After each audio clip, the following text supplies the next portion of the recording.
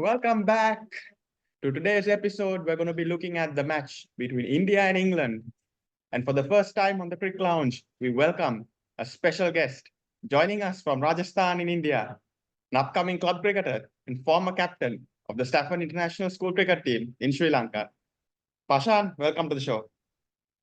Hi, Samir. Hi, Prashant. Thanks for inviting me. I've been looking at your shows. It's pretty amazing, huh? And lovely analysis, let me tell you. Thank you very much. Thank you, bro. Great to have you as well. Thank you. It's a pleasure to have you, bro. So, Thank you so much. obviously, we know you're a big fan of Indian cricket. So, where did it I'll go try wrong and for not be India? Indian oriented. Well, please, let's have an open one. But where did it go wrong for Yes, India yes. in I'll this game? try and be honest as possible. Yeah. So where did it go wrong for India in this game? See, look, everything went right. Okay. I won't blame the bowlers as well. Even Okay. I would say, you see, it wasn't turning. Okay. Yes, here and there you will see turn. But it was a proper flat cricket, I would say, And 420, yes, good batting. But the question arises again, fourth innings, India is really poor in batting when it comes to fourth innings, Asian conditions, right? True, that is You true. even heard from Rohit Sharma in the press presentation saying that we weren't brave enough, right? You see a huge difference between their first innings and second innings. Yes. You see how Jaiswal played, how he was attacking, and when you see the second innings, they looked afraid. So yes, I one would say thing fourth on innings. that now, when you talk about a chase or a fourth innings, and I think, for both of you guys to say, how much of a miss was Virat Kohli? Virat Kohli is the chase master, whatever format. How big a miss was he? Well, Samir, it was a big miss for India because if he was there, things would have changed. I think there would have been a bit more responsibility from Virat Kohli, and he's the chase master. He's known as a chase master. So I think it was a real big miss for India without Virat Kohli, and I would say that even in the second test also, they're going to struggle without Virat Kohli. And they've just lost KL Rahul and Ravindra Jadeja, who've been ruled out to injury. So that's going to be a tough second test. I mean, two informed players. Exactly. And missing out. It's bad news for the Indian team. But I would say one more point. More than Virat Kohli, I would say one more player, Rishabh Pant. Rishabh Pant is a huge I miss mean, if Rishabh Pant would have seen those two left-arm spinners, he would. Unfortunate, right? No Rishabh Pant, but hopefully he's recovering and hope to see him soon. Yeah. The ball might have been flying from Hyderabad to Rajasthan where you are if Rishabh Pant was playing out there today. Exactly. But, you mentioned intent. You mentioned they were timid. You mentioned they weren't taking risks. Like you said, the first innings they did. I think one of the players who did was Yashasvi Jaiswal. I was quite impressed with that. I think it was the first innings he played. Virendra Sehwag, he was taking the bowlers on, playing his shots. But what happened in the second innings? Was there, you feel any reason he couldn't continue on? I would say mental pressure. I mean, see, I always felt whenever India bats in the fourth innings, they have this fear, they have this fear of not attacking. I'll give you another example. When India played against Bangladesh in Bangladesh, right? Same total, 150 plus target, right? Top order failed. It was only Ashwin and Iyer who scored those runs. See, I always felt when you're playing in Asian conditions, right? In Asian conditions, you need to attack, right? You can't just play this defensive approach and all. So pressure was there, right? When England passed the 200 lead, and they went with an approach thinking that it was going to spin. It didn't spin at all. Right? There was nothing in the pitch. So, but mental pressure, I would say. Mental pressure. Agreed. Now, as you talk about the fourth innings, you talk about being aggressive in Asian conditions. Then we look at England now. Is baseball, is their new approach, is it perfectly catered to Asian conditions? Because there was so much talk. Is baseball going to work? Does it work then? This is what, I told you, Asian conditions, you need to attack. I even said, I think I even discussed with you also, I felt England is a team which will trouble India. I wasn't expecting from the first test because of their preparations, but I knew they will do well in the upcoming test. Okay. So yeah, England is a threatening team in Asian conditions because of their attack. They have this attacking mindset. I mean, you even saw India getting confused after seeing those reverse sweeps and those paddle sweeps. Yeah. I mean, It was something new for them. It was something new for them. Exactly. So See, yeah, those shots. it is. Those shots were from T20 cricket, and now they're using it a lot in Test cricket, and that's how they're getting their runs. And those reverse sweeps are beautiful to watch. Superb innings from Oli Pope to take England to a superb target and to win the game, coming from behind and 190 run lead for And going 4 runs 190 per over in an Indian condition. It's a big thing. No joke. I mean, and I think maybe this is something that might not be talked about. A lot of people are going to talk about baseball. Yeah, we scored a lot of runs. England played 3 spinners plus Joe Root, who is practically, in my view, he's not a batter who bowls. He's a full-fledged all-round now. That's 4 spinners you've got in your attack. That was a very brave call, leaving out James Anderson as well. And yeah, it's paid dividend, right? Yeah, brave call. Yes, ideally, I would love to see another fast bowler, which was Anderson, because generally in Asian conditions, you will not only see spin, but you will have reverse swing as well. And who better than Anderson, to do the job, an experienced candidate. Because last time when he came to India, he had troubled the Indian batsmen when the ball started to reverse swing. So yeah, brave call, but that's how the game goes. As we say, expect the unexpected things. And this England team is definitely showing. Now, the intent that these guys showed, and where do you see this, the whole concept of England's aggressive brand of cricket going? Like, how far can it take them, with guys like Ollie Pope, Ben Stokes, Johnny Bairstow, I mean, who's the limited overs opener, Root's got the aggressive side now. How far can they go? See, look, if I'm being very honest with you, this test match, I would still say they haven't been tested because the ball, conditions had suited them, right? Even if you see in the first innings as well, they came with a mindset thinking that the ball will spin, but it wasn't spin. That's why you saw them, their first innings total was 240 plus, right? 240 plus. And if you see, and when they came to bat in the second innings, it was a complete different mindset, 400 plus. I would still say, they haven't been tested. I would still say, once the ball starts to turn, gradually on the first or second day, which Indians are meant to do it.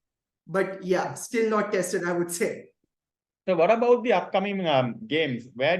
Of the games upcoming, which tests do you see India having the advantage? Which ones do you see England having the advantage? Well, I think you were mentioning about Dharmasala. So Dharmasala is a place where will suit England fast bowlers.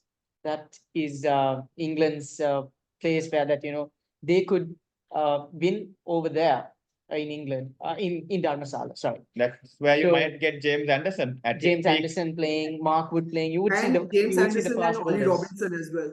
Exactly. You might see England going in with 3 pacers at Dharmasala. But what about the other games? Is the ball expected to turn? What do you say? I see Visakhapatnam is one place I feel it's going to turn. Okay. Yes. From first and second day, but I can't tell anything right now. Okay. Can't tell.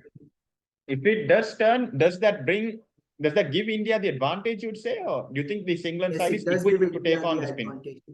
I think England will attack. Their approach is attack, not to defense. Okay. So I like that mindset. They're coming out and they want to attack and score runs. They want to get themselves busy in the crease and score much as they can. Okay. That's their approach. Would that work against the spin? Do you see them taking out the reverse sweeps, their small paddle sweeps, just trying to throw the spinners off their line and length? And will that still allow them to put up a big total? Or? Yeah, it does, because it actually confuses the bowler. They actually set one field, and then okay. So for example, Ashwin was bowling to Akshar Patel was bowling to Ben Duckett, right? He had a leg side field, and there was no one in the off, so it actually destroys the bowler's plan. So yeah, you can say yes. So in terms of India, to come back from this, I mean, now obviously look, 2 players are ruled out, but what are the changes they look to make? Who are the guys you're going to look to bring in for those two? And any other changes you see them making as well? I would, I don't know. I would say, I think since Rahul is also injured, I think Rajat Patita will come in place of Rahul. Okay. And if for Jadeja's replacement, I don't know if. I think Kuldeep Yadav. Kuldeep Yadav, an option? Yeah, Kuldeep Yadav will, yes. Does that leave them a better shot though? Because Jadeja, you know, he contributes with the bat. You're not only replacing Jadeja, the bowler, right? Does that leave a better shot, but again, it depends on the combination, like how they are looking at it. Okay. They might leave out. I don't know. I feel they might leave out Siraj as well. Okay.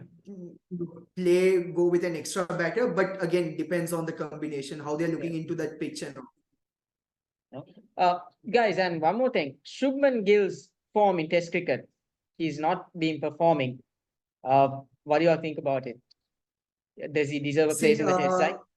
If I'm being very honest with you, Suman Gill, I can see it's a new role for him. Number 3 is a new role for him. When he was opening the batting, he was actually doing well. Yeah. Right? Yes, he wasn't scoring those 50s or 100s, but he was actually performing at a good strike rate as well. Yeah. So you have to give him some opportunities. You know, it's a new role for him. Number 3 is a big role, right? It is. That's the main role in the Test side, basically. Yeah, he's replacing a great Indian batsman, which was Pujara. So you have to give him time. That's it. I think a lot of people might not know. As you said, he replaced Pujara. You know, when Pujara came into the side, he was replacing Rahul Dravid, and he took a lot of time to get into that role. There were times Pujara was actually dropped from the side, and then he cemented that spot. And I think if Suman Gill is given the time, he's going to become India's next greatest. Look, I'm not saying he's the next Tendulkar, the next Kohli, but in his own right, he might be the next greatest player for India. Is 3 the right role for him in the long run, not only in the Test side, maybe across all formats? See, look, if I'm being very honest with you, I feel once Rohit retires, he's going to open the innings. Across all 3 forms? I feel across all the formats. Right now, since Rohit is playing, he has to play the role of number 3 because, see, Jaiswal is been performing. Yes. He's giving that good start and he's giving that good intent as well.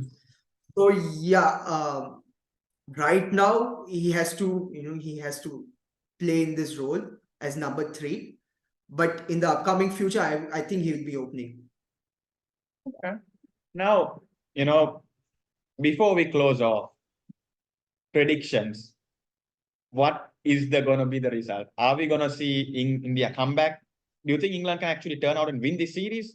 If you had to put a score to the final series, what's it going to be? And see, look, if I'm being super honest with you, Indians are made for a good comeback, right? Yes. I would say India was overconfident. India was overconfident. I'm being brutally honest with you. I've seen Siraj's interview where he had said that in an Hindi interview where he said that if baseball plays in India, it won't last for 2-3 days. Oh yeah, I saw that interview, but well, you know, it did. Yeah. It did last for 5 days. So it's see, I would be brutally honest with you. They were overconfident, but it's a good thing that this Test match they lost. Now, you know, they will have a stronger comeback. Guys, one more thing. Do you all think that, you know, when India plays the bigger nations, they're always overconfident? See, the 2023 World Cup, also, you know, there was so much confidence, so much buzz going on. Do you think due to overconfidence, they mess up now against England also, you know, too much of overconfidence and that so much of pressure is there, you know, team like India, you know, press, media, journalists, everyone, you know, when they don't perform, they get humiliated badly, right? So do you think this overconfidence thing is affecting them a lot and that's the cause for losing? See, look, if I if you see the last 5 years, India has lost only 4 test home matches, you know, 4 home test matches. Yeah. They have a good record. So that confidence is automatically is there. So they know that, you know, see, beating India in India is a big thing. Exactly. Right? India in India is really hard to beat. And if you beat them, you have done something well. Like that's wasn't it? I think the last time England toured India, they did win the first match of the series, right? And then they went on to lose the series 4-1. Yes. So it's not over yet. it's not over yet. But as I said, now Indians, see, as a viewer also, I will be really happy because I think me and Samir also discussed. We were also saying that this England team won't, they will find it trouble, playing in Indian home conditions. But since now they have won the first Test match, as a viewer, they have silenced competition. England team has silenced competition. That's the main thing. Samir, it's good for Test cricket that it goes on to the 5th day. So I want to see, it's good for Test cricket surviving. I want to see Test cricket is the best format in my opinion. So it would be great, if all the matches go to the 5th day, would be really great for Test cricket. I think we hope so. So I think you just clearly seen West Indies versus Australia. That was amazing. Of a Test match, man. Exactly. Cracking game. Hats off to Shamar Joseph. And a great win for West Indies. A proud moment for them. So I'm gonna make a kind of a bold guess here. Series drawn 2-2. Okay. Anyone else? 2-2. Well, I would go with England. England winning, okay. England winning the series. 2-1. 2-1, okay. Yeah. Pashan, anything to add? I would say India will be winning the series, but I don't know what will be the prediction about that. I think I would say 3-1. Okay, so we've gone all around the bush. We've got India winning, we've got England winning, we've got drawn. So, well, only one of us is going to be right. I hope it's me. Let's see. Cricket is an unpredictable game. Anything can happen. So you never know until the last ball is bowled. So you never know. India can come back strong, and we can't write off team like India. They're so good in their home conditions. Exactly. So they could just quickly learn from their mistakes and come back strong, and may win the series. Exactly. So Pashan, thank you so much for joining today. Great having you on the show. Thanks, Samir. Thanks, Pashan, for having Hope me. to have you on sometime again. Exactly. Anytime. Just one call away. Of course. To all our viewers, please don't forget to like, comment, and subscribe. Thank you. See you in the next one. Cheers. See you. Bye.